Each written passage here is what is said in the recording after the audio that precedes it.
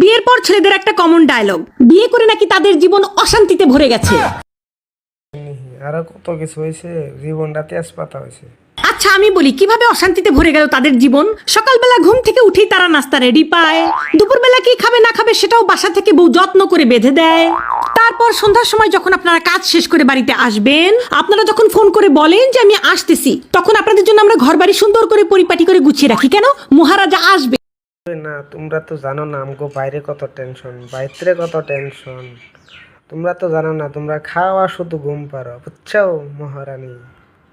তারপরে আপনি রাতে কি খাবেন না খাবেন সেটা জিজ্ঞাসা করে টাটকা টাটকা রাতের খাবার আপনাকে আমরা রেডি করে দিয়ে দিই। তারপর রাতে তো দিতেই হবে, না দিলে যে আবার সন্ধ্যার সময় খেতে পাবে না, কাপড় পাইবে না, সেটা তো দিতেই হবে, বুঝছো মহারানী পক্ষী।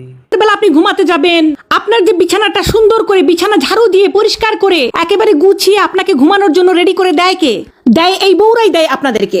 জীবন অশান্তিতে ভরে যায় না? কার জীবন অশান্তিতে ভরে যায়?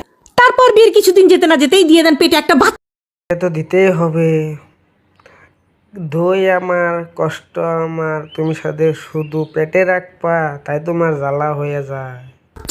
এই বাচ্চাটা নিয়ে আমাদের কত কষ্ট হয় আপনারা জানেন? সেই বাচ্চা পেটের মধ্যে 9 মাস কে পালে? আপনি পালেন? আপনারা তো খুব ফুর্তিতে বাচ্চাটা দিয়ে দিয়েছেন, কিন্তু সেই বাচ্চা আমরা পেটের মধ্যে 9 মাস পালি। পেলে সেই বাচ্চাটাকে ছোট থেকে বড় করি আমরা, গু সাফ